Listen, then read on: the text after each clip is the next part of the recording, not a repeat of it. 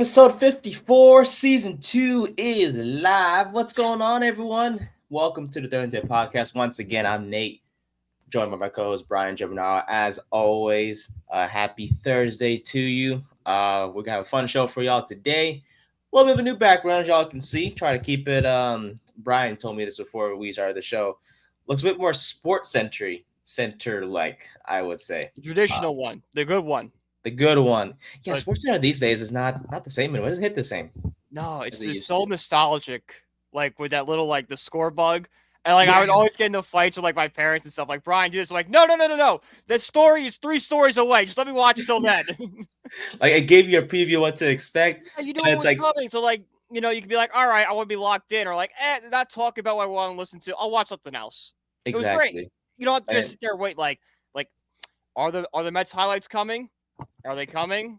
Are they coming? it's like Like, that's the it's old like right folks are like, all right, there they are. They popped up. We're 4 spots away. there. Yeah, these days they don't do that anymore. Sometimes change is good, but not all the time. So Yeah. I thought the uh new logos and stuff. Like if they want to do they should do it blend it. Like have their new graphic, which I think look cool, but fit it into the old style. mhm. Make the old Yeah. style modern in a way. Yeah. Yeah, definitely. But now they want to have what they have, and they have a bunch of shows now that are sort of good. First Take is okay, I guess sometimes. Get Up in the mornings. What else do they have? I don't know. I miss how things were, Yeah. but hey, at least we can try to bring back Hey, some you know what? nostalgia. Sometimes things have to kind of dip before they get better. Maybe ESPN's just about to go back on the upside. They got Pat McAfee, and that worked out. So maybe, that changes things. Like, hey, we need to go back to what we're doing with Pat. That's true. That's true. Well, I know one network that took a dip was Fox Sports, Oh, my God. and a little bit of a situation there, I I will mean, say. it's such a weird situation, but my favorite thing, the whole part of it, is just how much of a legend Colin Cowherd is now. Everybody's just like, this guy comes into work, gives off horrible sports takes, and just goes home. Keeps his While head down. he's the dog meme when everything's on fire and he's just sitting there in the middle. That's him. That's Colin Cowherd. Basically, a chill guy. He's just a chill guy. No guy. Chill Yeah. guy. Guy you Just want to have chill. a beer with. Exactly. And yeah, like you mentioned, his takes are a little bit There's only outlandish been at one times. Colin Cowherd take that I really respected, and that was that Steph Curry is more impactful to the game of basketball than LeBron is, because he goes, Steph Curry changed the way basketball is played, where anyone can play like Steph Curry. Not everyone can play like LeBron James. So if you're doing it by who had the most impact, Curry won 4 titles, and now everybody's playing like Steph Curry. I'm like, you got a point there. I see your logic. I might not agree with you. I don't think Curry's the best player nearly near MJ or LeBron, but for what he was saying, I'm like, it's not a bad argument. You have something there. Not at all. Not yeah. Question before we move on to our segments of the day, which as you guys can see above us here. Or you can follow our social media pages, by the way. Nathan at Nathan underscore 124 and Brian at Brian BG1016. It's above you now, Brian. So you I don't have to know. go You down flew this us time. now. It'll be easier. It's easier for you. Damn it. Plus, it actually looks nicer compared to what we had it before. But as you can see above us here, our topics for today are the NFL Divisional Round breakdown. So we'll talk about our predictions for Ohio State versus Notre Dame. Spoiler alert: we may be taking opposite sides. We'll see. And finally, we'll talk about how this is a fun segment I I wonder came up what with. side I'm gonna take. And then finally, we'll talk about how, and I don't know how I created this segment yesterday, but how Asians are continuing to take over Major League Baseball sort of this off season. Can't wait for that segment because, as you guys can see, I'm white. Just kidding. I'm Asian, obviously. You mentioned Steph Curry, and there have been talks, I guess, amongst the public this year saying that the NBA has kind of fallen off a little bit. We're seeing teams shoot a lot of threes, and personally, myself, I've always been a Lakers fan. always since the days of Kobe. But I kind of agree that the NBA has kind of fallen off. Do you feel like it's because of the whole 3-point shooting with that started with Yeah. Curry, or is there other factors you think that are more, I guess more of a they play more of a role per se? There's Um, there's three roles. I actually was talking about this the other day with my barber. I was getting my haircut and we started talking about the NBA. I think there's three things. It's one, the 3-pointers. People don't like it's kind of boring, it's repetitive. Like if you look at college basketball and women's basketball, it looks like that 90s, 2000s where sure, there's a 3-point shot and it's an important part of the game, but there's also like, the basketball like, physical play, driving the rim, actual basketball being played, the stuff that we grew up watching, like, oh, that's cool. That's a more competitive style of play. Two, I think, is load management. Like, I think people are tired of guys like Embiid, LeBron to an extent, like just taking games off because, any one of us would kill to be able to play basketball for a living, yeah. right or wrong. And yet you have Um, these guys complaining they have to play 82 games a year. No matter what, that's going to rub you the wrong way. If someone is like, I would love to leave my 9 to 5 and just play basketball every single day, and you're complaining about playing basketball. I'm not saying these guys need to go out there and play 82 games a season. If they need to take a game off here or there, that's fine. That's fine. Like, but be averaging like, 70, 80 games a year. Like fall somewhere in between, obviously outside of injuries. If you're yes. averaging like, 75, 80 games a year, I think that's where every NBA player who's healthy for an entire season should be, aiming for. Now, obviously, like, if like, the Cavs clinch a playoff spot, at a certain point, you want to rest Donovan Mitchell for a night, go ahead. Like the season's over at that point. You're waiting for the playoffs.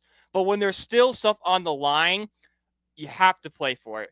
And then the third thing is I think everyone is kind of turned off with how buddy everybody is. Like you saw LeBron and Tatum before Celtics Lakers hugging and like being best friends. Celtics Lakers is one of the most historic rivalries in all of sports.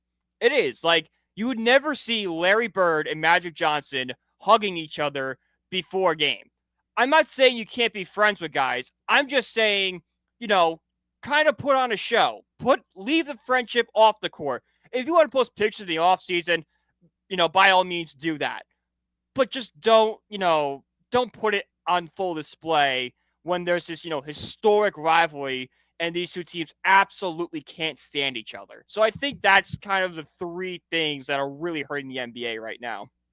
Do you feel like they can fix that? Is there a solution, I guess, that they can I implement think the soon or hard the hard one to get a solution for would be the friends one because like you can't tell somebody not to be friends. yeah, But with sure. load management and the style of play, that can easily be fixed with some rule changes or some like incentives. Like you can only be considered for an MVP if you play X amount of games, besides injuries. hmm And I do think, I mean, they do have the rule right now where it's like you're ineligible for postseason awards if you don't play a certain amount of games. So that's why Luka Doncic, who has missed a lot of games, or I think he missed already the debt or past the minimum that you can miss games wise to qualify for a postseason award. So he will not be winning MVP no matter how he does this season Yeah. because of the games that he's missed. Now it's been due to injury, of course, so that kind of that's different from what you mentioned, which is load management and resting even though you're healthy. Um, Personally, I think that rule, the whole ineligible for postseason awards because of injury or games missed, is a bit of a questionable one because Yeah. no one can control injuries whatsoever. But at the end of the day, I mean, I see where the rule was, what it was aimed for, which was It's load it's a management. good idea. It's just flawed in execution. Exactly. Yeah. So I'm trying to think of like something like a real life example. Like there we go. Prohibition was good for the idea of we want to stop, people from getting abused by drunk people. Great idea. I would love to stop that. But you're also punishing the people that like to drink alcohol and don't do that. So, good idea, wrong way to go about it. The execution. The execution is wrong. Definitely. So I've been playing a lot of Red Dead, so that's been on my mind. Makes a lot of sense. I've been still playing NCAA on my end. Waiting for GTA 6 to come out. I think once it comes out, I think that's gonna be my. Have they announced it yet? Because they announced this. We got the Switch 2 before we got Red Dead. That is. Oh, we got GTA 6. I've always been interested in the Nintendo Switch. I love mine. You have one? I love it. What do you play on there? I do Mario Brotherships, what I'm playing a lot right now. Okay. Mario Kart, Smash, Super Mario games, Lego Star Wars. So basically, it's kind of like my party console. Like I got a bunch of people over. It's like, hey, let's play Mario. Hey, let's play Wii Sports. Let's do that. That's kind of how I see it. With like Star Wars and Mario Brothership being like my solo games I play on there. Gotcha. Yeah, the PS5 and Xbox, it can be a console that you can play with others, but it's not the same as a Switch. It's more online, you know? Like we're like the Switch is better if like everyone's sitting in a room hanging out. You play the Switch. Oh yeah, it's like I remember like when I was in college, we went through phases where like we played Mario Kart every night for like a 3-week span.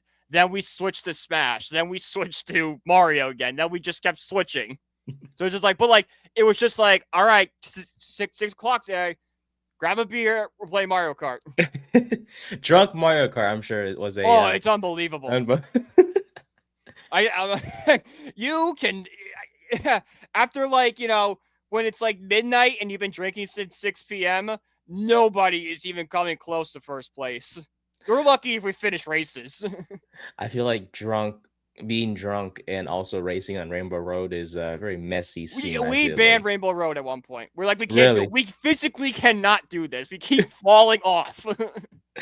It's one of the toughest courses because now with the Mario Kart they have now for the Switch, they have different versions of Mario Kart because they're bringing back the ones from the past, and also they have the one that they have in the game. I bought the DLC for it, so like I had every single track you could possibly have. I legit watched my best friend just drive, and he was supposed to take a corner and just went straight. Like, bro, you had to turn. He's like, there was a turn there? And that's why they say you drive sober or get pulled over. None of those messaging. If you want people to really get the message, have them play Mario Kart doing it. You're like, okay, we are never, ever going to do this. Playing drunk again or racing drunk. Like, we're like, okay, everybody get an Uber account right now. Man, but I hopefully one day I might get the Switch for myself. I think it's a console. Wait for the Switch 2. It's coming out the end of this year. If you're gonna get a Switch, get the new one. Is there anything better about that one compared to the first one? It's bigger and the controllers are better. Okay.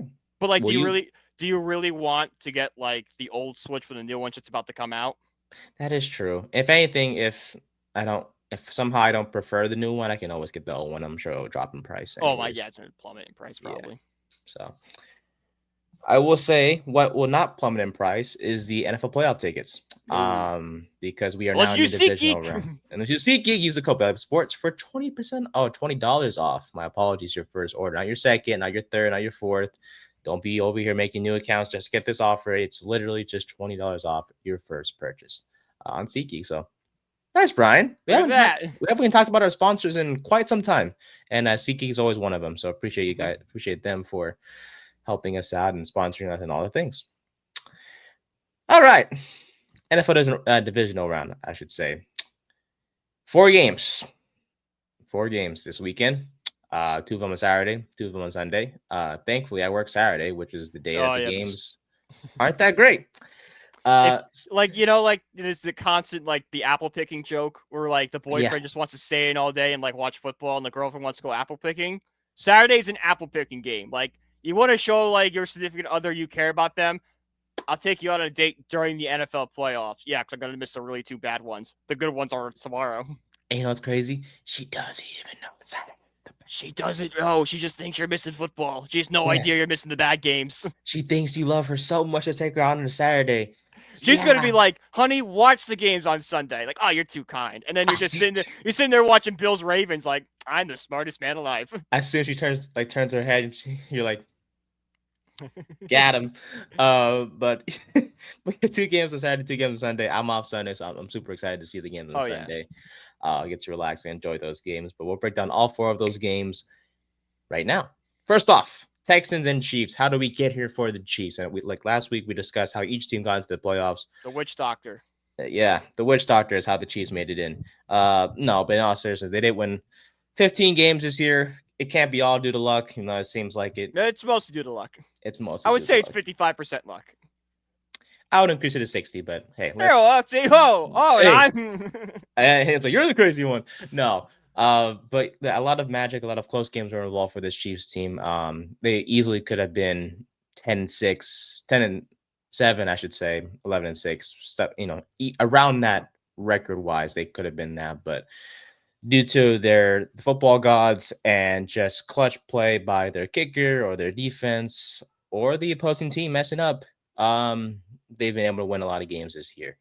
Patrick Mahomes has not looked the same. Neither has Travis Kelce, of course, especially. Isaiah Pacheco has missed a lot of games due to injury, which led the Chiefs to re-signing or bringing back Kareem Hunt for some time, and he's still on the roster, not just as a starter as much per se. And their receiving core, which took a complete revamp when they, signed Xavier Worthy. I guess McCall Hardman was back as well, but he didn't really make much of an impact this year. They traded for DeAndre Hopkins. They signed Hollywood Brown, known as Marquise Brown, who missed the beginning of the year, but played the final 2-3 games for the Chiefs. This receiving looks a lot different, and the offensive line has gone through its share of struggles as well. And defensively, they're a solid unit and has kept the Chiefs in games this year.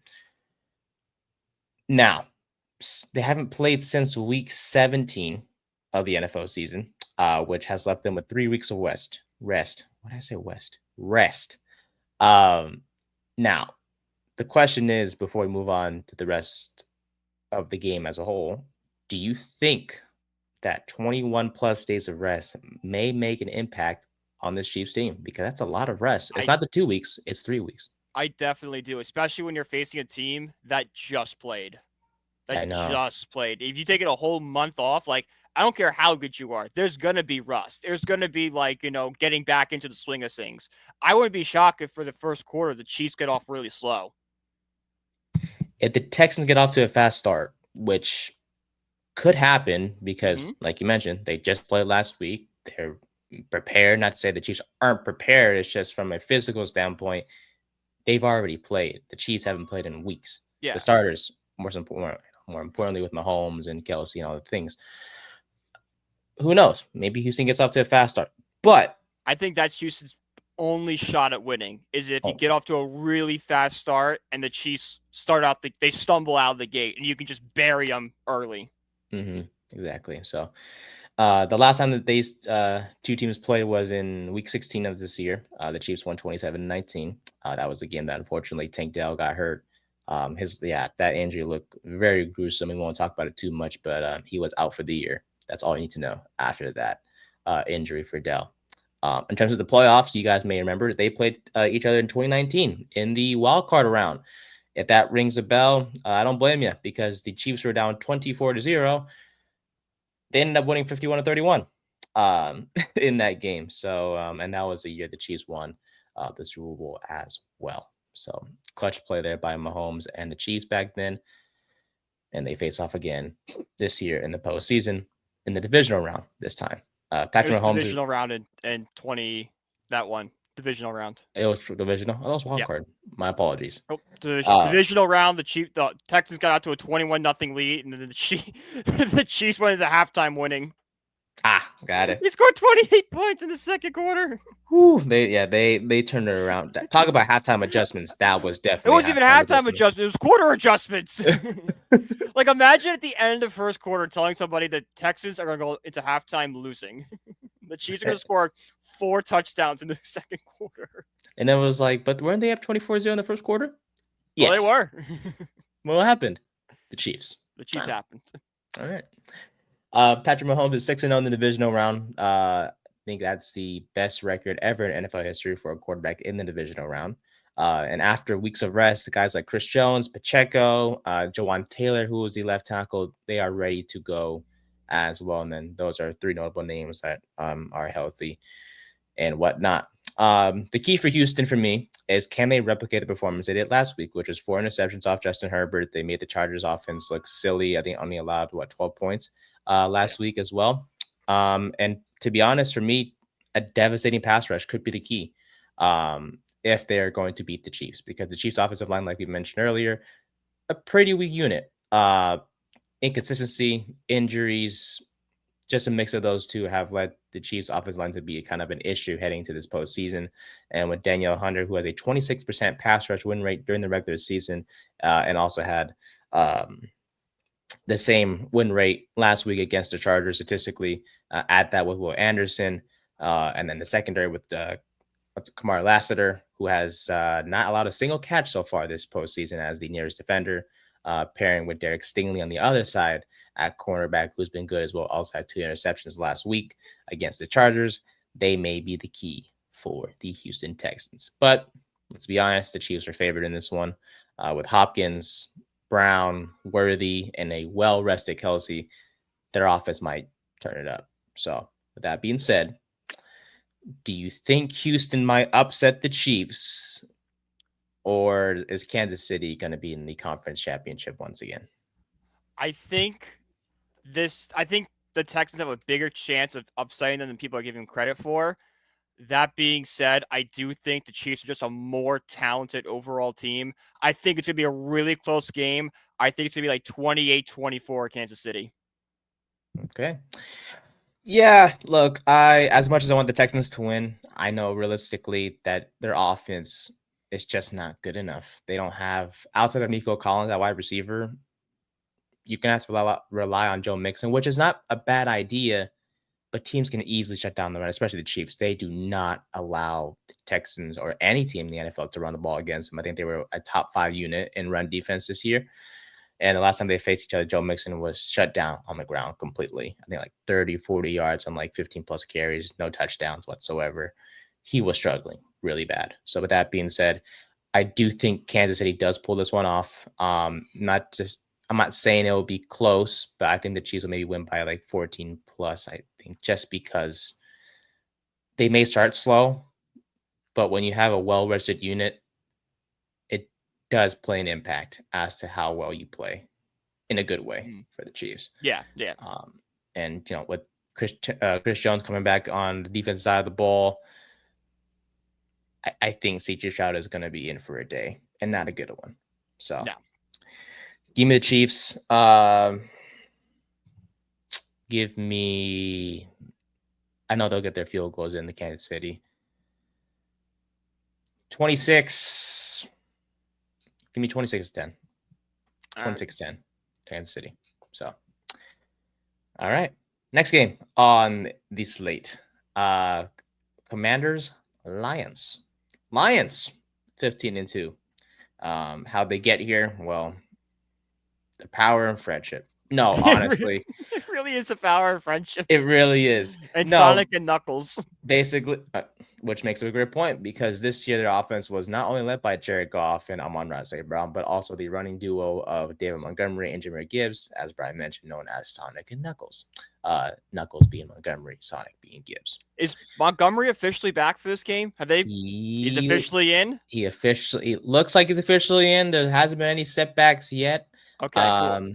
There's other injuries the Lions are addressing right now, but Montgomery, out of all the guys, seem more than likely, probable, I would say, to play on Sunday for Detroit, which is going to help out a lot, because this Lions offense was successful with that duo of Montgomery and Gibbs in the backfield. Both of those guys were phenomenal this season.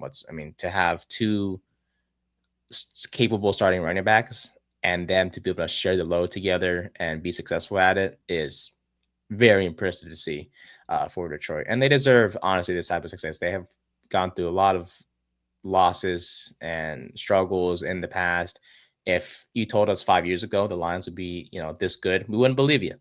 But the culture has changed in Detroit with Dan Campbell being outstanding head coach, Jared Goff playing the way he has. I love Jared Goff, by the way. Cal represent. And Amon-Ra St. Brown being the star-studded receiver he is, despite the fact that 12 other names were taken before him in the draft that he was in. It's insane how Detroit is this good. And defensively, just with the injuries they face this year, it's crazy, dude. They still shut down defense teams. They're still good. And we'll get to what happened against Minnesota because, wow, if there were any questions, they were quickly put out in that game. Yeah, damn right. So, but the Commanders and the Lions, unlike the Chiefs and Texans, aren't much of a familiar opponent. The last time these two teams faced were in 2022, week 2 to be exact, of that season, where the Lions won 36-27. Jared Goff had 4 touchdowns in that game. In the postseason, who was quarterback for the Lions for the Commanders that game? Is it Heineke? I'm guessing Heineke. I think it's Heineke, yeah. Yeah. 23 was Sam Howell. Yeah, it's got to be Heineke. Has to be Heineke. In the postseason, though, in terms of when the last time these two teams faced, it was in January 8th of 2000. I wasn't even born yet. And Jaden Daniels wasn't even born either. Yeah, you weren't born either. Nope. So it's been quite some time since these teams made the postseason, and this will be the 6th time in the Super Bowl era that a rookie quarterback will face a team that had at least a share of the best record. The last time this happened was Joe Flacco in 2008 when he led the Ravens against the 13-30 Tennessee Titans when they were good. The Titans were not anymore. I thought you were going to say the Patriots. Nope. Apparently it's the Titans for some reason. My God. Some way, somehow. I would have guessed every single AFC team besides maybe the Browns and the Jaguars. I will say it could have been the Patriots until Tom Brady had that. Oh yeah, 2008 season, his knee blew up. That was the injury. That was the year of the injury for Brady. But let's start with the Commanders. Though they're ready for the moment. I especially their quarterback Jaden Daniels. He's ready. He's ready for this. I mean, he did not falter last week whatsoever. It was a close game. He was so calm, cool, collected. Led his team down the field for that game-winning drive, and then obviously the defense making their statement against Baker and forcing that fumble. Oh, it's more like Baker kind of forced that mistake on his own. Yeah, that was Baker more than the Commanders' defense. Yeah, but the Commanders, obviously the Commanders recovered, and that's the important part. And they won last week. But this year, Jaden Daniels has 5 game-winning drives. Last week, the defense limited the Bucks to 284 total yards, including just 101 on the ground, which is below the league average, actually. And Daniels is good at beating the blitz, and that's the thing that scares me a little bit about Detroit. Is last week when they faced Minnesota, they were blitzing a lot. I think they blitzed about 56% of dropbacks, which led to the awful performance by Sam Darnold and friends. But the thing is, if they decide to go with that game plan again, which they might because of the injuries that they faced, it may not work out in their favor because Jaden Daniels this year is good at beating the blitz, has a 90.3 QBR when facing the blitz, which is among the best, if not the best in the NFL in that category. And that may be the key because add that plus the fact that he can scramble and make plays with his legs, the Commanders may have a fighting chance more than we think. But this is the number 1 seed Detroit Lions, who are healthy, they're rested, their offense is backed up full strength, right, with Montgomery and Gibbs teaming up together once again. As injury riddled as they are, this defense has pulled through many, many times, and they get back Alex Anzalone back at linebacker, so he's healthy and ready to go as well. So with that being said, I'm going Detroit. Yeah. How can you not go Detroit in this spot? 100%. That was my Super Bowl pick for the NFC. It's not going to stop now. The Commanders are a good team. I'm glad they made it this far. They deserve. They're a nice story. Yes, but it ends here. It ends here. They did win last week against the Bucks, which is great. The consequence is facing a very good Lions team. That's been in this situation before. Like, don't forget, this Lions team is a better played second half from going to the Super Bowl last year. Mm-hmm. Yeah, they were so close, but those dang Niners, man. Damn. I mean, it's more the Lions just shoot himself in the foot. You watch that first half, like, oh my God, the Lions are going to a Super Bowl. And then they just come out and completely fall apart in that second. And if I'm not mistaken, it was just being them being too conservative, right? Yes, they kind of took the foot off the gas a little bit. Mm-hmm. Which I think hopefully they learn from that mistake and just go, no, it's never, like, I'm not saying, run a team out of the stadium, but it's just like this game isn't over until there are 4 zeros on that clock. Yep. Keep the pedal on the metal. Mm-hmm. Keep the pedal on the metal if you're here, Detroit. So, yep, we both have Detroit in this one. Good story for the Commanders, but it ends. Commanders are going to be a great team for the next decade. Jane Daniels will be a great quarterback that's going to haunt us for years to come. But, it's just a stepping stone. You make the playoff this year, you got to win. It's all gravy. You look to the next season, and then that's when you kind of hope to take that next step. Okay, we made the playoffs. Now look at the deep run. Then we'll get the Super Bowl. Then we'll win. It's building blocks. Is what Dan Campbell is trying to build a culture there. Just like it took time for Detroit to, build and make it this far, the same thing goes with the Commanders team. Mm-hmm. And a little bit of a different route to get there, but it's all the same principle. The future is bright for Washington. Just with new ownership, Dan Quinn being as much as it sucks being in the NFC East with them, it's gonna be like they are the NFC East team I hate the least. I never really hated the Commanders. I'm like, oh yeah, they're kind of just they're our rival because they're in our division. Maybe it's because we were never good the same time they were. They had RG3, but we were kind of bad that season, and RG3 was really exciting to watch.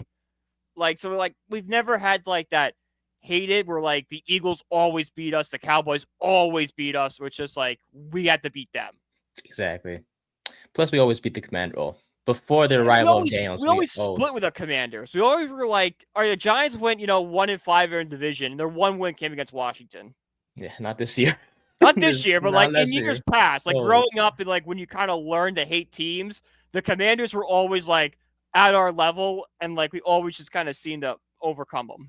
It was that's one win against a divisional rival. That's an easy win. But you penciled in 0-2 against Philly and 1-1 against Washington, and then the Cowboys were we could beat them both games, we could lose both games, or somehow toss it up. It just depends on how we feel. Yeah, we haven't felt the need to beat Dallas for the past 4 to 5 years. Yeah, no, but 2016 we beat them twice. Yeah, that was the best team in the league. We beat them twice. Yeah. That's why I was so convinced we're going to win the Super Bowl that year. I'm like, we beat the best team in the NFC twice. We're going to win. If we play them again, it's a repeat of 07. And that 2016 that was happened. that was going to say that was the 35-14 game when Aaron Rodgers maybe they'll get something together in the second half, and then Rodgers just nails the Hail Mary, all right, it's over. Yeah, and OBJ just continued to drop passes in that game like there was no tomorrow. Don't go on the boat. I know. The infamous, I should say, boat picture. Stupid boat. I didn't care about the boat picture until after the game. Yeah. They made such a big deal about it. I'm like, guys, if they win, this is nothing. Then they lost. I was like, okay. If they lost, okay, this is everything. It's your fault, the boat. It was what did I do? It's how they lost. If they had lost 27-24 and it was a really close game, it might be brought up, but it's probably still a nothing burger. It was the fact that Odell Beckham Jr. dropped so many passes. It's dude, maybe you should have been practicing instead of on a boat. Yeah. Anyways, we can save the Giants depressed talk for another day. Unfortunately. Yeah. Please be good again, guys. They won't. No, it's going to be a while. All right. Rams, Eagles. The last time they faced was in week 12 of this year. This is a game that where Saquon Barkley ran for 255 yards against the Rams, and the Eagles won 37-20. The last time they faced in the playoffs was in 2002 when the Rams won 29-24 in the AFC Championship before they lost to the Patriots in the Super Bowl. Now, for the Eagles, their identity is run the ball and defense. What's freaking new? But their defense this year is really good. First off, they have allowed just 13 or fewer points in their past 3 games. My apologies. The first time since 2017 when they made the Super Bowl, if I'm not mistaken. Yes. Question mark. But yes, this defense can carry this team if you're Philadelphia. Honestly, you have so many guys. Jalen Carter, Nolan Smith, the exciting. You see, Abdul Carter wanted to play for the Eagles. No, if he goes there, I'm losing Did you my. see that? I'm like losing it. legit like 20 minutes after I oh, I love Abdul Carter. Great. Darth Vader was awesome. It's just like I want to play for Philly. It's like now I hate you again. Yeah, I'm What the losing hell, it, dude? dude. There's no way if he goes to Philly, it's wraps. The rap. I don't care who we have at tackle next year. If somehow he won't, but It's if like somehow whoever our quarterback is, Dable's just be like, okay, when the line falls apart, just fall down. just fall down or run. Yeah. We'll figure something out. Don't get hit because you're gonna Exactly. die.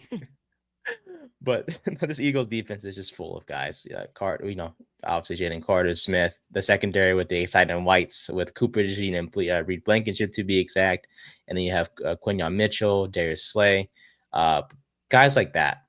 This Eagles team is just defensively a scary unit, and you pair that up with Saquon Barkley in the backfield for the offense, plus the running ability of Jalen Hurts. Not so much his arm. Hey, this team can easily score and win based off those two factors. Now, the Rams. They were really good last week against Minnesota. Really, really good. And by the way, I didn't mention Detroit. I think I said they played last week against Minnesota when I was talking about their stats. Yeah, I think you meant 2 weeks ago. Thank you. Yeah, thank you. Last week when the Rams played the Vikings, 9 sacks. Now, the Eagles' O-line is better compared to the Vikings' O-line. But 9 sacks? 9's a lot. Now, here's the thing. And they only held Minnesota to 100 rushing yards. If there was a game out of the 4 that I could see being an upset, it's this game. Same. I was really not impressed with how the Eagles performed last week against the Packers. I was not either. You were supposed to, because of the injuries and lack of weapons Green Bay had, could have been better. Yeah, especially on offense. I know the final score says like they blew them out like 22-10, but like that score was really like the Packers were one drive away from being right in that ball game for majority of that game. Oh yeah, 100%. If it wasn't, they didn't pull away till the end. Yeah, if it wasn't for Jordan Love stinking up the joint with his 3 interceptions, they could have won. Yeah, could have won easily because Hurts wasn't throwing the ball particularly well. The defense was reacting well to their pass plays. It was just they couldn't stop Saquon Barkley. Stop Saquon. You stop. Yeah, you had the path. The path is open if you stop Saquon Barkley. Mm-hmm. And it may be due to game plan, but last week the Rams shut down the running game for the Vikings. Aaron Jones was just not able to get anything going. And Jalen Hurts, and this is something I found out yesterday, which is interesting. He holds the ball for 3.14 seconds on average. That's the second most among qualifying quarterbacks. And we all know if you hold the ball for too long, no matter how good an O-line you have, it's going to hurt you. This Rams defense has a lot of good players on that defense. And that's crazy to say because we thought with Aaron Donald gone, the days of Jalen Ramsey being there are gone. And it was like, this team isn't really going to be good anymore. Nope. But their pass rush can really, really play a factor. It's not just because of last week. Jared Verse, who is arguably the defensive rookie of the year, has wreaked havoc all year long, has 50 pressures on the year, and he teams up with Kobe Turner, who I just mentioned had 2 sacks last week. You have Braden Fisk, another rookie who played with Verse back at Florida State in college, drafted together, which is a good story there. This defense can really – I know the Eagles' O-line is good. They've always been good. There's never been a year where they've been bad recently, I should say. This is the best defense they'll face, I feel like, unless they make the Super Bowl and they play the Chiefs. But this Rams defense is really good. And offensively, and this is a good point by Dan Orlovsky, he's made this point in the past, and his original point was made weeks ago. If this Rams offense gets it going, they can get it going. And they can hang up a lot of points if things go their way. Mm-hmm. Obviously, that includes Matthew Stafford having a day with, Puka Nacua and Cooper Cup. It could happen. No matter how that secondary is good for Philadelphia. I'm not saying the matchup favors Philadelphia in this instance in terms of, offense versus defense. But Nacua is really good. Cooper Cup is too. And Kyren Williams is a really good running back too. They have a lot of underrated pieces. Underrated pieces for sure. Like, I know we sang the praises of Cooper Cup and Puka Nacua for years now, and they kind of had a down year, but they're still really good receivers. Mm-hmm. Like, you can't just like write them off. Like, well, they're not as good as they once were. Yeah, but they're still really good. Yeah, if they can get to the quarterback, plus just stop the run. Yes, that's the big one. If they can stop Saquon Barkley, the Rams win this game. I had the Rams winning this game like 16-10.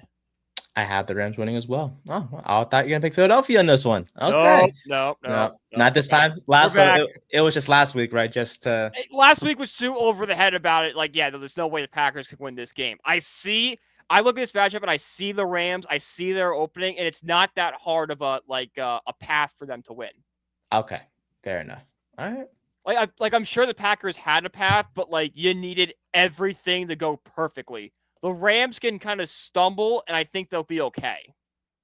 Okay, fair enough. And finally, my favorite game of the week. Yep, game of the week: Ravens and Bills. They last faced each other in Week 4 of the season, with Baltimore winning 35-10. The last time they faced in the playoffs was in 2020 when Josh Allen and the Bills won 17-3. Now, you want offense? Oh, you got offense in this one. Got it, baby. Bills and Ravens averaged 30-plus points this year. This will be the 7th matchup in NFL postseason history between two teams that average at least 30-plus during the regular season. Last week, the Bills scored 31 unanswered points, and the defense limited the Broncos to just 2 of 9 on third down, despite the fact they did not force a takeaway. But the main concern from this game for me is the Baltimore Ravens, specifically Lamar Jackson. Really good when it comes to playing the first game of the playoffs. Not so good after the first game of the playoffs. In each of the 2 playoffs, he's followed up a victory with a loss, producing a 44 QBR, a 56% completion percentage, and 2 interceptions thrown to just 1 touchdown ratio. Now, this is a toss-up for sure. Both teams are really good. And inclement weather. It's going to be really cold, and there's like a 50% chance of snow. Yep, and both teams have had success playing in the snow. Or in the cold, I should say, with the Ravens playing in the north and the Bills being playing in Canada. Exactly, and all the things. Look, the Ravens can win because you have an outstanding running game. Lamar Jackson with his legs, Derrick Henry being the outstanding power back that he is. He shredded Pittsburgh last week. It was unbelievable. Stiff arming guys, making him look silly. He's a really good back. A great back, I should say. Lamar ran 14 times in the win last week against Pittsburgh. Him and Derrick Henry is going to, it's a tough assignment for defenses no matter the week, no matter the opponent. They're always just a mess to deal with for opposing defenses. Add in the fact that Kyle Hamilton was moved to deep safety now, and the Ravens have been first in EPA expected points added allowed on defense, which has included this postseason so far. But the Bills are going to win, in my opinion. Mm-hmm. I'm torn. I'm really torn. I was going Bills. I still think the Bills could win a Super Bowl. But after what you just said with Kyle Hamilton moving back and adding so much, and Josh Allen has, not this season, but in the past, has been a little turnover happy, I see the Ravens eking out a 27-24 victory in overtime. Oh, we're going to have a classic. That's going to be 27-24 in overtime. It's going to be like the Joe Flacco, Peyton Manning, Broncos, Raven games from all those years ago, which is still one of my most favorite football games I've watched. Yeah. I've never been more dialed into a game than I was that game. I was I don't know. Jesus, how old was I in that game? How old were you? That was what? Joe Flacco. That was the Ravens Super Bowl year. So that was 2013. So I was 12. Right? No, Yes. I was 11. 11 turning 12. So I turned 12 in October. I was 11. There you go. Anyone would sign up for that. Oh, yeah. But I'm going with the Bills because not just because of Josh Allen. Josh Allen's really good, obviously MVP. My opinion, Lamar has a case. Had a great season, Lamar. In the regular season he did. But Josh Allen just took it to a whole different level this year, and I feel like he's gonna win it. Ravens might be without Zay Flowers. We'll see That what hurts happens them. there. That does hurt. But if it's snowing, how much is that passing going to, like, if you just have Derrick Henry run over guys? That's true. But the Bills' run defense is better than their pass defense. They were 8th in EPA against the run, then the pass, which ranked 20th when it came to dropbacks. They did struggle against scrambling quarterbacks, which will be a factor because Lamar Jackson is a scrambling quarterback. But look, man, this Bills team is they could have been easily the number 1 seed. They probably should have been the number They 1 should have seed, been the if number we're being 1 seed. honest. Yeah, they should have been the number 1 seed. And just the way they operate, man, offensively, it's not. This team doesn't have a strong set of receivers or a strong set of running backs outside of James Cook. But the running backs are always, in the game plan, especially in the receiving game. I think the running backs are first in targets in terms of receiving this year out amongst all the teams with their respective running backs. Amari Cooper, Coleman, Shakir, Kincaid are the top 4 pass catchers, and there's no clearly number 1 guy. It's, as Brian mentioned before in our previous episode, I believe, it's one guy. It's a different guy every week. It can be Coleman one week. It could be Cooper one week. It could be Shakir. Heck, it could be Ty Johnson for all we know, who is the 13 running back. It differs every single week when it comes to who is the leading receiver for the Bills.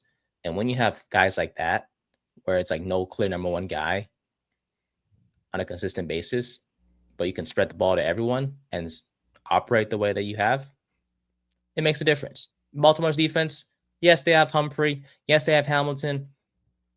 Well, can you cover everyone? No.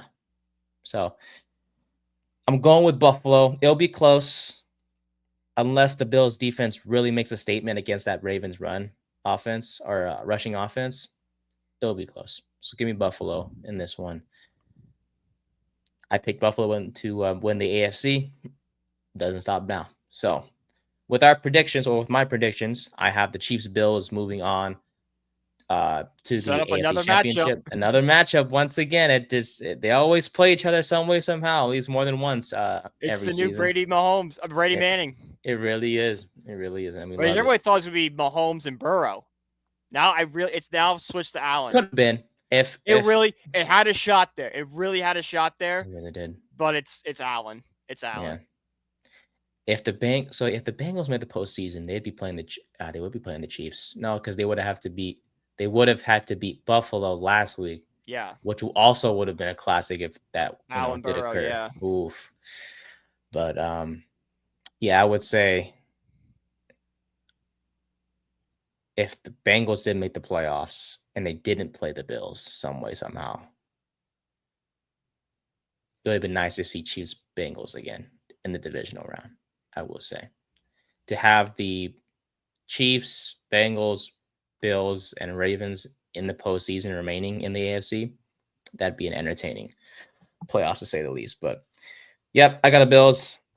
So basically Bills, Chiefs in the AFC Championship, and then for the NFC, I have the Rams and the Lions, which will be another great matchup there. But then for you have the Rams. No, you have the Chiefs the Ravens. Ravens, great matchup. And then Rams, Lions, another great matchup because of the storyline. That's true.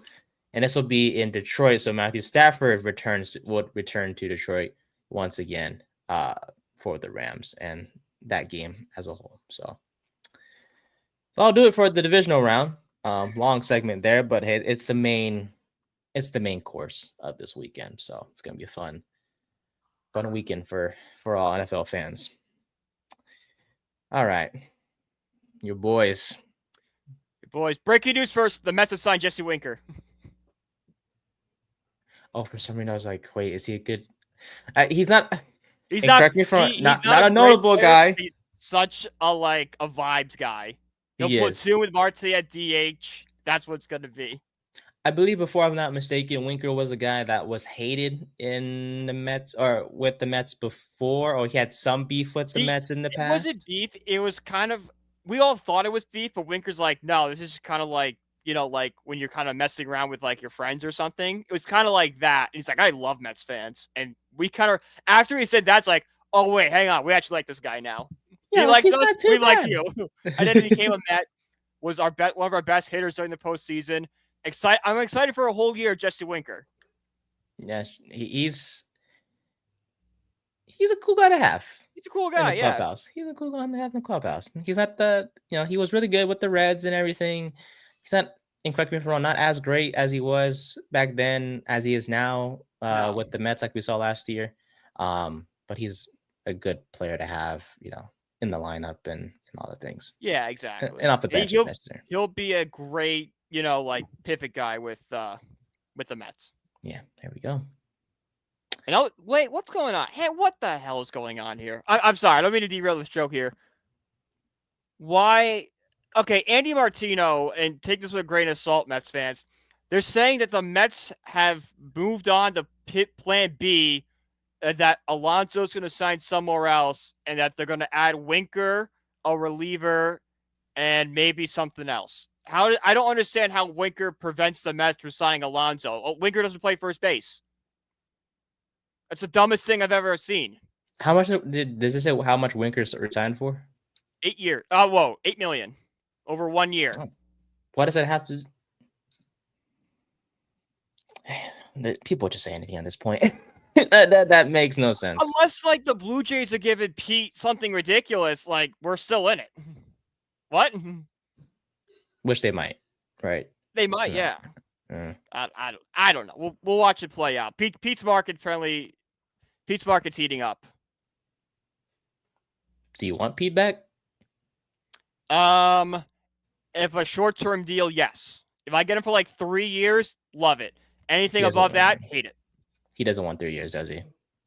No, he wants the Prince Fielder contract, 9 years, $214 million.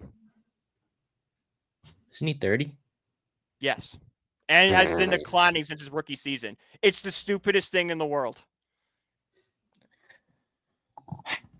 Greedy bastards. Anyways. All right.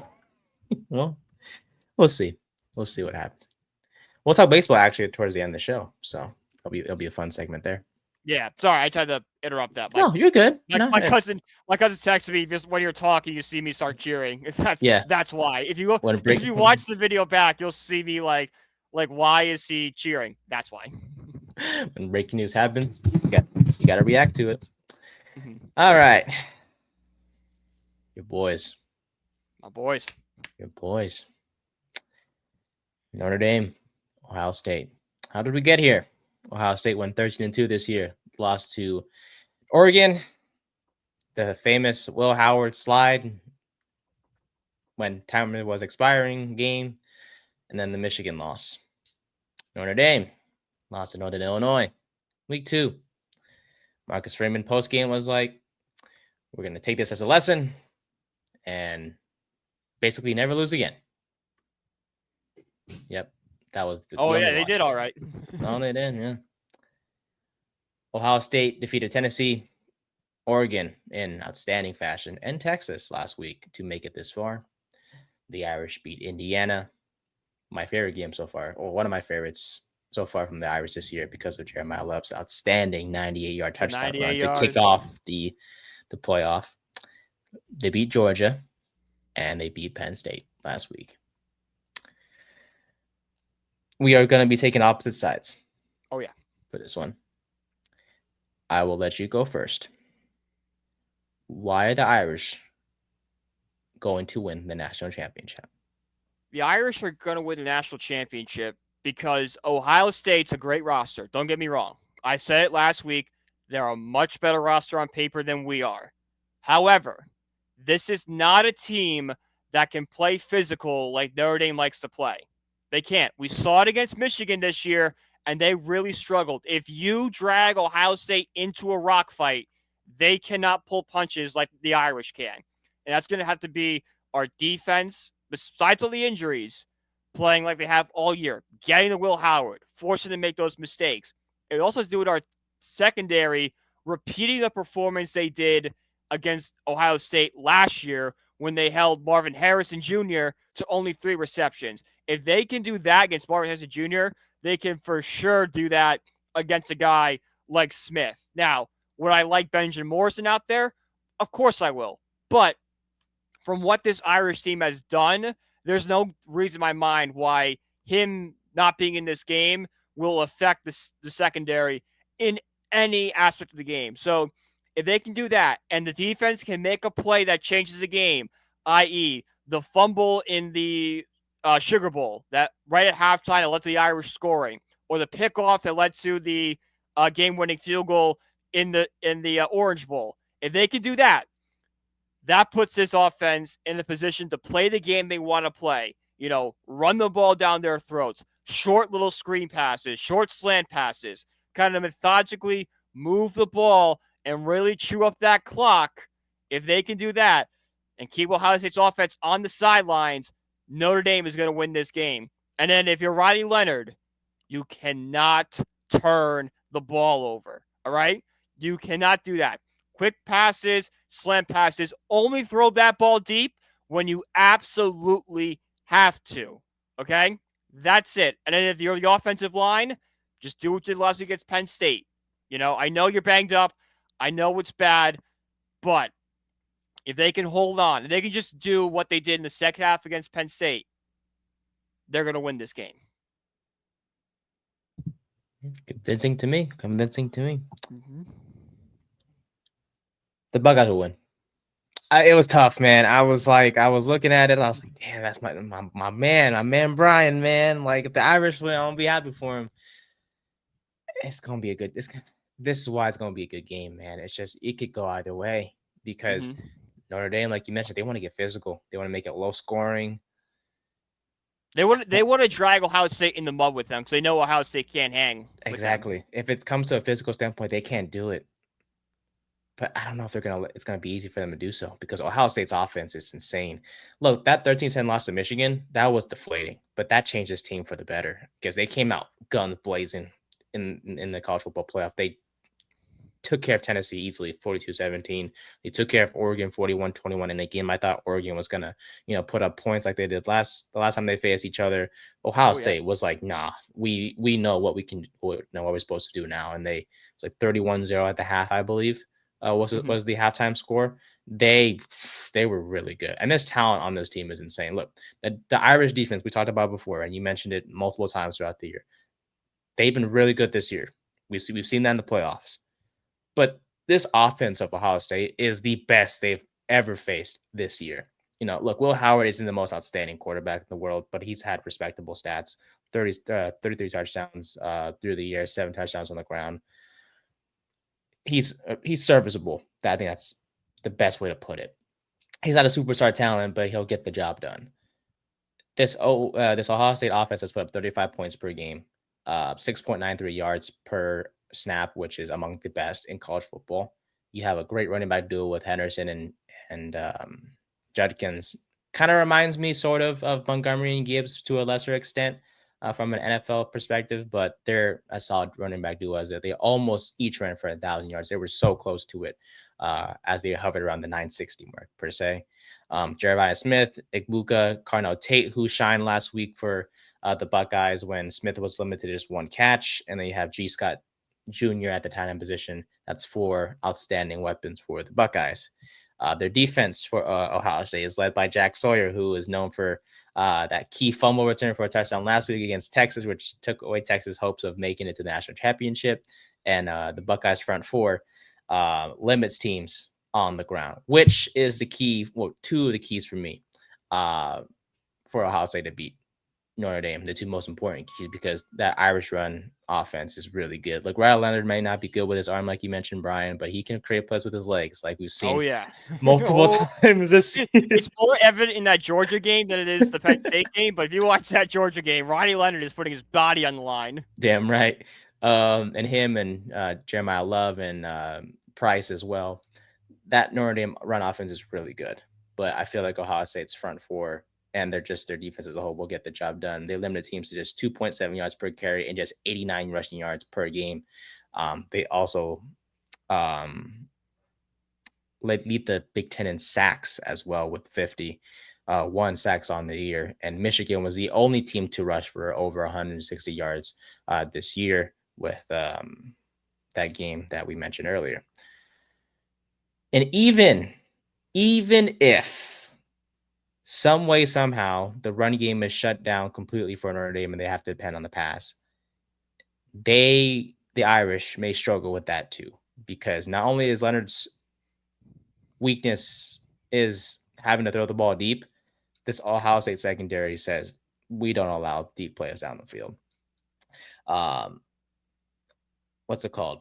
Caleb Downs and Denzel Burke, Jermaine Matthews Jr., they lead that secondary. And even if the Irish offense is efficient in terms of the passing game, they don't throw the ball, I think 5 completions of 40-plus yards this year out of 470 plus attempts. It's not a deep throw. It's not a deep team. No, and there's nothing wrong with that, but they just don't throw the ball deep, and you might need to against this team to kind of start off strong.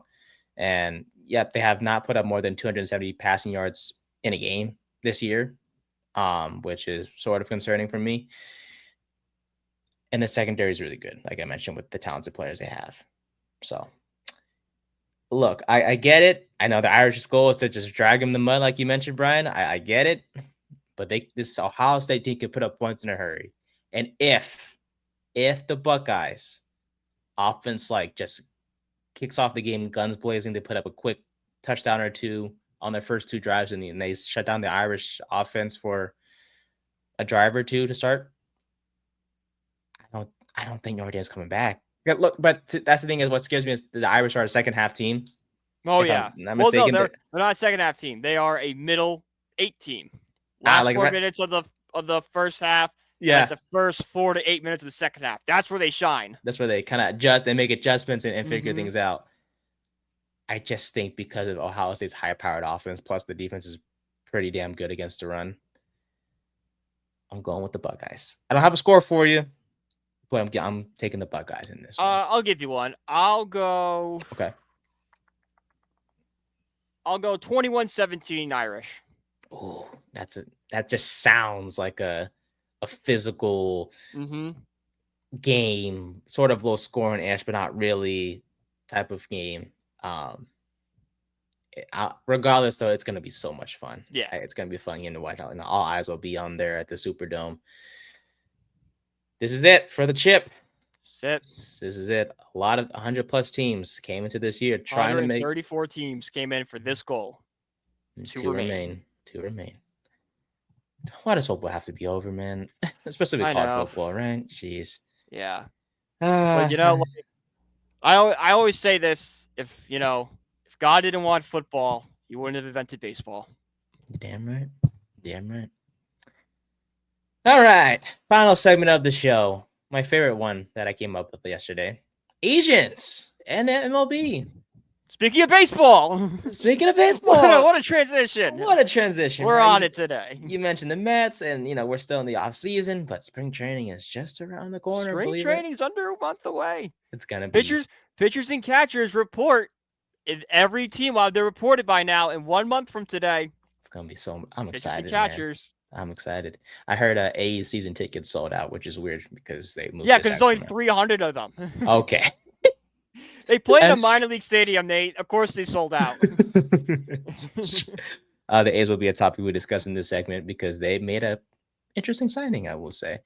But from Shohei Ohtani winning MVP to Ichiro Suzuki not only being announced to the Japanese Hall of Fame, but also a candidate for the U.S. MLB Hall of Fame as well. If Ichiro's not in the Hall of Fame, I want names of who didn't put him in. I want names. You want names of anyone that did not make him a unanimous vote, and Which, by the way, the Hall of Fame voting is so stupid. It's absolutely stupid. If I'm not mistaken, it's like it has to be unanimous, correct? No, you have to get 75% of the vote. Sorry, But yeah. people are like, well, Babe Ruth didn't get 100% of the vote, so this player shouldn't get it. It's like, guys, that shouldn't factor in. Is he a Hall of Famer? Yes or no? I don't care how many votes it took them to get in. If they were a Hall of Fame player, you vote for them. And the fact that Pete Rose and Barry Bonds, the all-time hit leader and the all-time home run leader, aren't in the Hall of Fame, beyond stupid. Beyond stupid. But steroids, right? It's steroids. Who cares? Who cares? Everyone was doing steroids. Like, Pete Rose is for gambling. Gambling's legal. Get Pete Rose in the Hall of Fame. Barry Bonds did steroids. Everyone did steroids during that era. And Barry Bonds never failed a steroid test, by the way. So we're just crucifying. Now, did Barry Bonds do steroids? I would bet a lot of money he did steroids. I'm just saying, we are crucifying a guy without any significant evidence other than the fact that he hit a lot of home runs, and it was during a time when a lot of guys did steroids. If the Hall of Fame is going to celebrate the game of baseball and celebrate all eras, you have to celebrate the steroid era. It's just it's a part of the game's history. You could argue how, much of a spotlight it should be given, but if the Hall of Fame wants to celebrate the history, it has to celebrate history whether they find it good or bad. Fair enough. Yeah. We teach everyone about the Civil War in American history. We teach about slavery. That's not exactly a good part of American history, but we still have to teach about it. That's true. I'm not comparing the two. I'm just saying as an example, slavery is obviously a lot worse than someone taking steroids.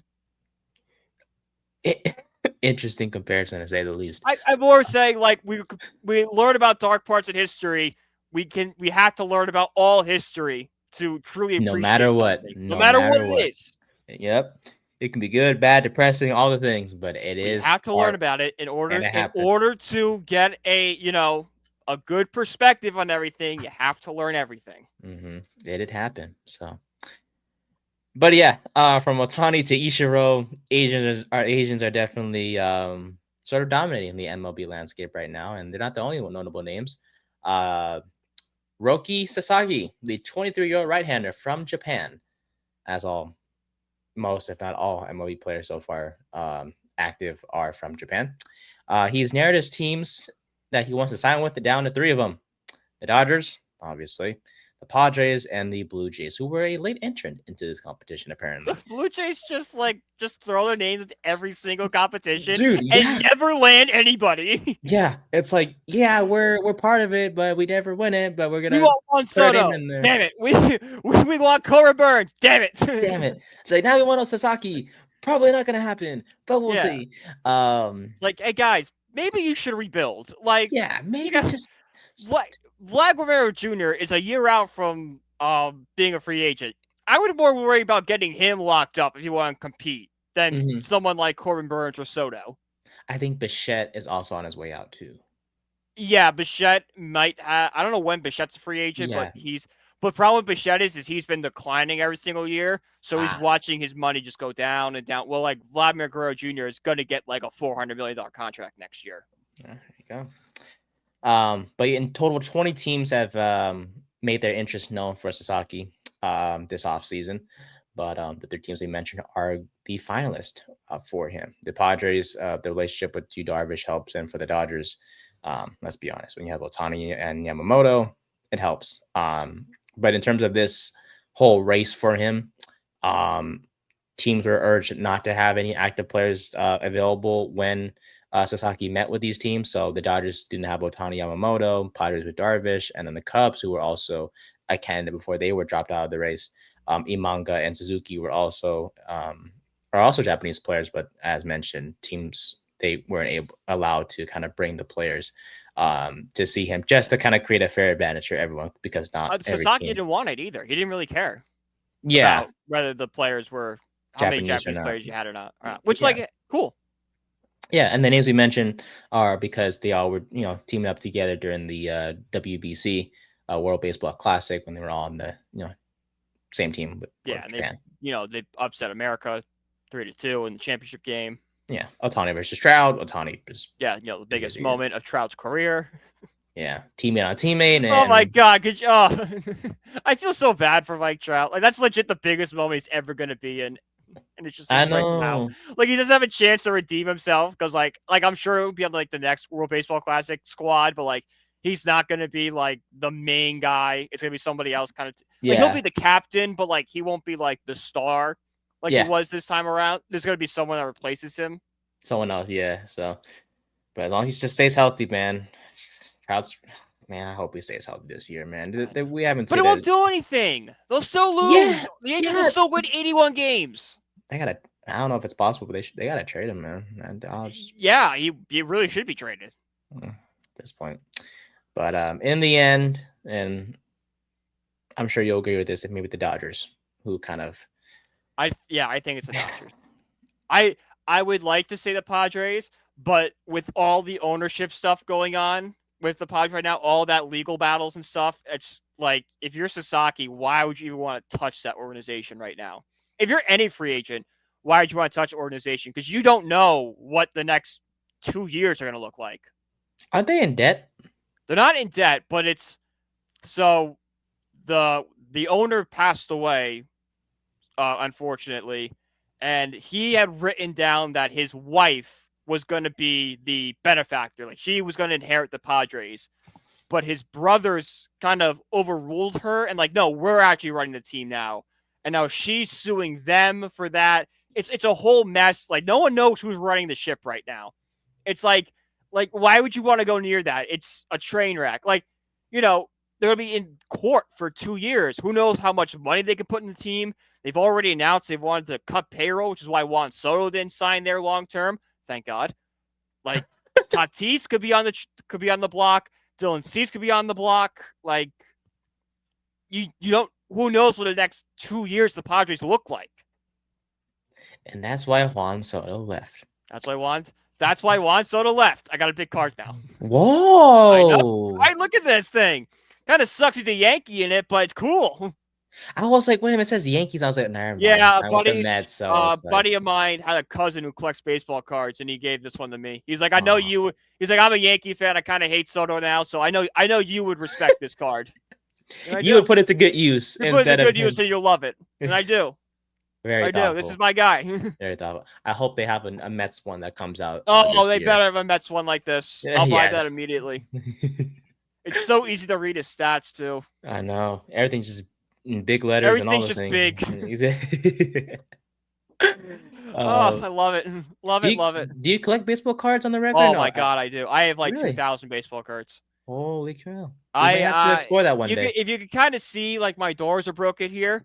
Yeah. There's a top shelf in my closet, and it is just baseball cards. It's just boxes and binders of baseball, football, hockey, all those cards. We might have. I could be sitting on a landmine right here, a gold mine right here. That's all I said. We might have to dive into the archives for that one. Maybe call it Brian's. I mean, I do have like a box of like special cards where I think they're worth money. Maybe during the offseason we'll pull some out and see like what we have going on here. All right, Ben. That's a plan to me. But yeah, it's no question the Dodgers are more than likely give it 70% chance for signing Sasaki. I mean, he's not going to go to the Blue Jays. The Padres are a mess. Dodgers have Otani, Yamamoto. If you want to win, LA's the place to be. And they've just become a hub for Asians. Yeah. Why would you want to play with Shohei and Yamamoto? Like I know Yamamoto kind of like didn't have the season we all expected him to. Still gonna be a really good pitcher. Yeah, it's the chemistry that they've had, since they played, for Japan, I would say in the WBC, and the Dodgers are just known for having stars from Japan, whether it was Hideo Nomo, Hiroki Kuroda, Kenta Maeda, to now, obviously Otani, Yamamoto, and especially the Kenta Maeda, I forgot about him. Yeah, he was a stud back then. Who was the one guy that came over from Japan and that we all thought was going to be really good? He was a pitcher and he never panned out. Recently or in the past? No, this is recent. This was in like the last 10 years. I was gonna say the A's one, the one that. No, not him. There was somebody. I forgot who it was. But there was like a guy like we all like, oh, this is the next big guy, and then he just kind of never panned out, and they cut him. Can't think of him. Was it Kenta Maeda? Might have been Kenta. I don't know. As you look that, I think it was Kenta Maeda. Now it was. Now I'm looking at his stats. It 100% was. Yep. He was good with the Dodgers though. He was okay with the Dodgers. He had a 3.87 ERA with the Dodgers in 4 years. Then he went to Minnesota and had a 4 ERA. And then last season with Detroit, he had a 6. Oh, yeah, he's. It was Kenta Maeda. Yep, he was done. He was the big star, and he was kind of like Sasaki, where like he was too young, so like he couldn't get the big contract. Mm-hmm. I think. Or maybe he did get a big contract. I have no idea. Dodgers. Yeah, he had 8 years, 25 million, 10 million with incentives, so they could reach like 90 mil. Didn't work out. Didn't work out. Yeah, the Dodgers are the place to be. You team up with the Dodgers, you're guaranteed to win something, whether it's the division or possibly another World Series ring. If you're Sasaki, you want to have this guy has anything to say about it. Dodgers Mets in the NLCS. That's Brian's prediction. Part two. Well, actually, it's part. That's part 3. They play each other in '88. The trilogy. Well, you know, I don't know about trilogies. It's like 1988 and then 2024. A little bit of a gap. There you go. That is true. But the Asian player I'm most excited about isn't Sasaki. It's Shotaro Morii, who you guys have probably no idea who the heck he is. I know who this guy is. Except Brian. Yep. I saw this yesterday. I'm like, this is interesting. Yes, sir, indeed. The A's sent their Japanese scout to see Morii in person to change his mind about playing college baseball. So you're probably wondering, how old is this kid? Yeah, he's 18. Get him young. Yeah. Hey, why not? He's just a prospect at this point. He's just no different than drafting him. Damn right. So he's also from Japan and signed a minor league contract with $1.5 million with the A's. So cheap, to say the least. Let's be honest, compared to the contracts that Ohtani and Yamamoto have been getting. Yeah, and that they I actually just wrote a piece on Belly Up Sports about the next Japanese star going to be posted next year. I cannot pronounce his name. Maybe you can pronounce it for me. I cannot. I call him Eminem because his name is M and it's M and M. It's his initials. I will try. Try. Let me pull it up right now. Actually, as we just look up Belly Up Sports. My name, it'll pop right up. It's like the second most recent article I wrote. Munetaka Murakami. Yes, him. Power hitting corner infielder. Ooh. Gonna get a lot of money. Hit 56 home runs in 2022. Damn. My name's Big Al, and I hit dingers. He hits dingers. But yeah, the key thing about Morii signing with the A's is not just because he's a young prospect coming out of Japan, but this defies 30 years of cultural norms that you have to play in the NPB, which is the Nippon Professional Baseball League in Japan, before going to MLB. He's one of few that have, or actually, I think he's the first one ever to go from high school straight to MLB. Yeah, I can't think of someone that did that. Yeah, I can't think of anyone else. Besides, maybe they grew up in Japan and moved to the States when they were in high school. That's the only people I can think of. Yeah, and he was going to be a first-round pick if he joined the MPB draft and everything like that. He was going to be a first-round pick. Morii was has a lot of talent, but the A's, they were like, "Hey, you come here, you could be a two-way player," and that got me hyped. I was like, "Two-way players." Here we go, I saw baby. Two-way players. I'm like, "Okay, this is going to be something to watch. This is interesting." Yeah, I'm excited. His bonus is actually the largest ever for a Japanese player who did not play an MPB. Which says a lot about the A's actually paying money for these players. The A's this offseason, spend a little money. Something like for the kids, man. We just trying to compete now that we signed Sevy. They got Brett Rooker on a long-term contract. They signed this kid. What's going on here? We're cooking, move out of Oakland. You gonna spend money finally? Yes, well, that was the plan all along for John Fisher, honestly. Actually, I wrote about my very first article. I think I mentioned this was about John Fisher spending more money now he's going to leave Oakland. I wrote that. I'm like, this is so stupid, but let's just see if they'll publish it.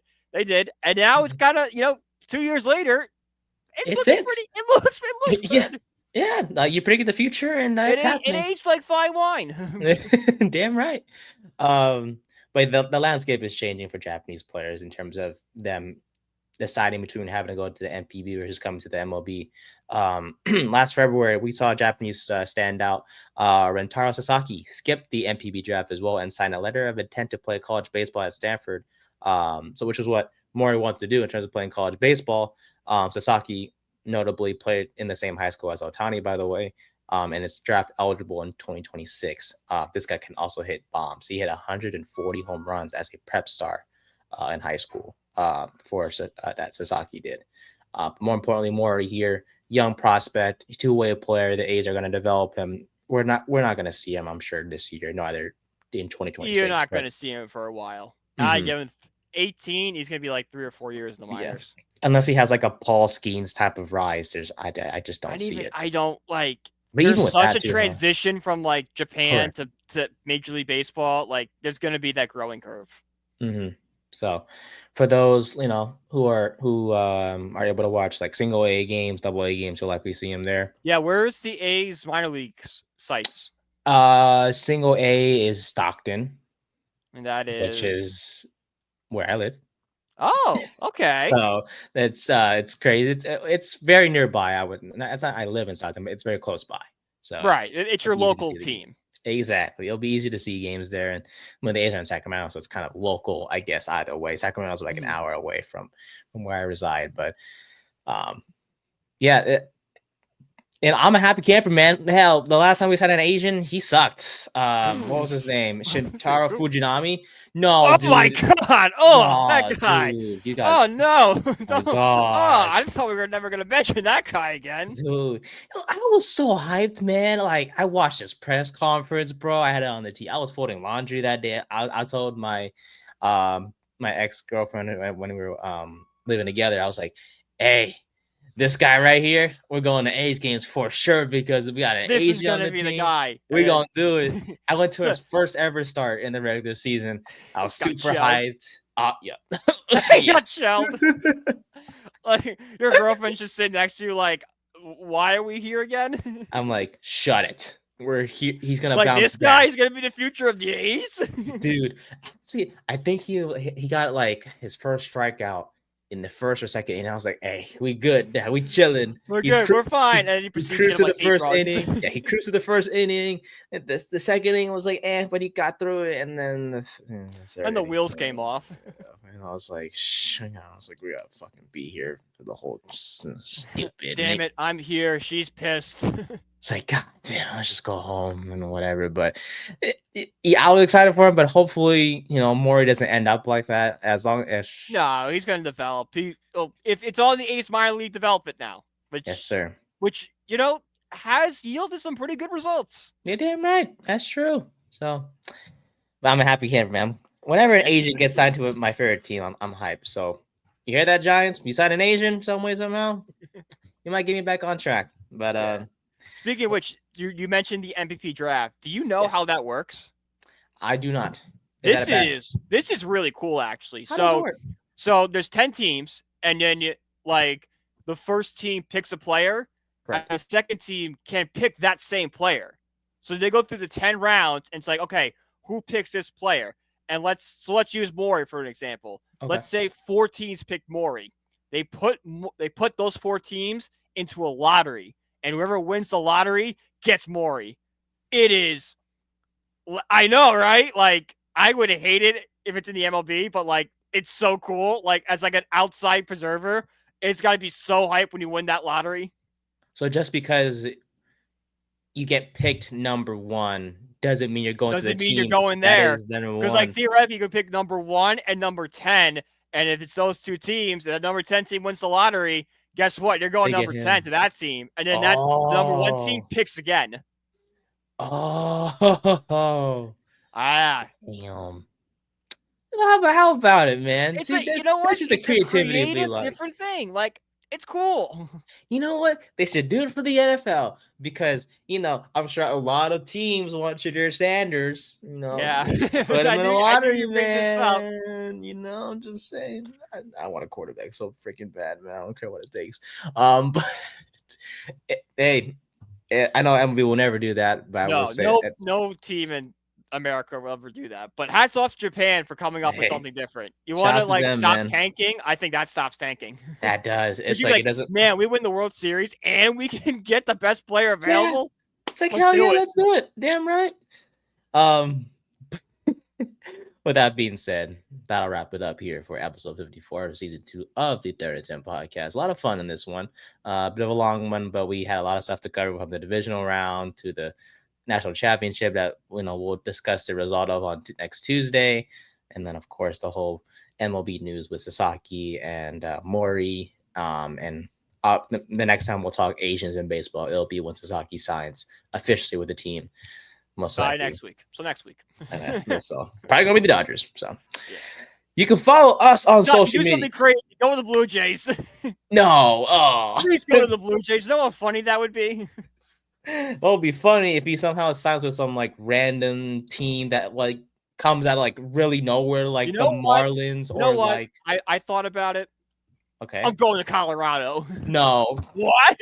He's going where? A pitcher? Out of all teams, the Rockies, where it benefits the batters, not the pitchers. If you go, imagine goes to Colorado, there's like a 4.25 ERA. He's a bust. Yeah, but like because everybody pitched to a 5 ERA. It's Colorado. It's Colorado. No, there's no ace in Colorado that throws like a 2.95. It's just like, okay, this guy's not bad. Yeah, it doesn't exist in Colorado, but. You can find us on our social media pages, Brian at PG1016. You can follow me on social media as well, Nathan_Nguyen24. And our podcast page is Third and 10 Pod on YouTube and Twitter and Instagram and all the things. And unless TikTok shuts down on Sunday, you can follow us there as well. Oh, it's so I love TikTok. It's so funny. I hate it, but also love all the content everyone's coming up with it. Yeah, funny. I guess they're all going to like Red Note now. Yes, they're all going to Red Note, getting their data stolen by the Chinese. And we thought TikTok. We thought TikTok was stealing it. No, we're going to the app literally made by the Chinese government. Literally stealing it, Literally. TikTok like isn't doing that stuff. Everything you thought TikTok was doing, it's Redbook's actually doing it. Yeah, nice job. It's the Shane Gillis thing. We goes, oh, that's way worse. Just when we thought we were being smart for once, trying to ban TikTok to prevent our national security. Guys, you just made a national security crisis. Yeah, nice job. Nice going, government. But good job, government. Way to be inefficient as always. Hopefully they'll figure it out. Yeah, damn right. Yeah, before we get in trouble. For Brian, I'm Nate. Thank you guys so much. We'll see you guys on the next one, which is on Tuesday. We'll see who makes it to the conference championship in the NFL, and we'll see who wins the national championship. We'll see you guys then. Peace.